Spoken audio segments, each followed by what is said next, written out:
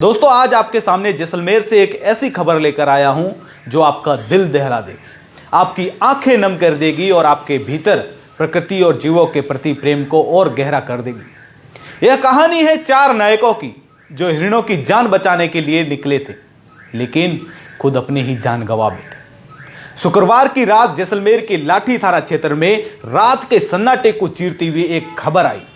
खबर थी कि लाठी के जंगलों में कुछ शिकारी हिरणों का शिकार करने की फिराक में है।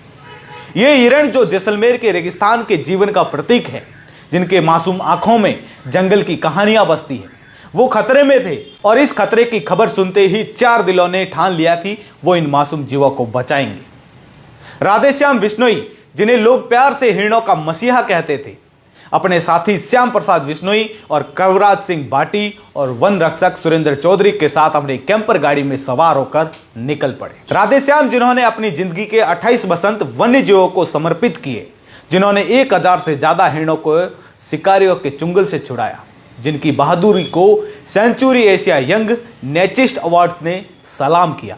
उनके साथ थे श्याम, जो एक रिटायर्ड फौजी, जिन्होंने देश की सेवा के बाद जंगल की सेवा को चुना।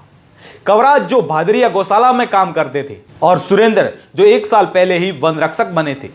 लेकिन जंगल के प्रति उनका प्यार बरसों पुराना था, लेकिन नियति को कुछ और ही मंजूर था। रात के करीब 10 बजे लाठी में गैस एजेंसी के पास उनकी गाड़ी एक ट्रक से टकरा गई। टक्कर इतनी भयानक थी कि गाड़ी मलबे में बदल गई। चारों नायक जो हिरणों की जिंदगी बचाने के लिए निकले थे, उसी मलबे में फंस गए। पुलिस और स्थानीय लोगों ने क्रेन की मदद से उनके शवों को बाहर निकाला, लेकिन तब तक वो हमें छोड़कर जा चुके थे। सोचिए, वो हिरण जिन्हें बचाने के लिए चारों निकले थे, अब जंगल में इंतजार कर रहे होंगे। शायद वो नहीं जानते कि उनके रक्षक अब उनके बीच में नहीं। राधेश्याम की वो तस्वीर याद आती है जब वो एक घायल हिरण को गोद में उठाए उसे इलाज के लिए लेकर जा रहे थे। उनकी आंखों में वही मासूमियत थी जो हिरण की आंखों में होती है।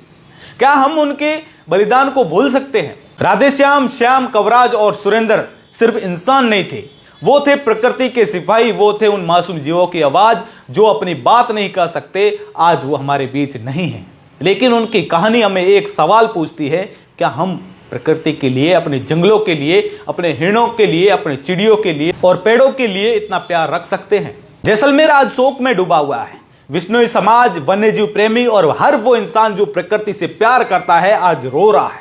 लेकिन मैं आपसे कहना चाहता हूं, आइए इन चारों नायकों के साथ सपनों को जिंदा रखें। अगली बार जब आप जंगल में एक हिरण को देखें तो उसकी आंखों में राधेश्याम की बहादुरी देखें। जब आप पेड़ों की छांव में सांस ले तो श्याम, कवराज और सुरेंद्र के बलिदान को याद करें।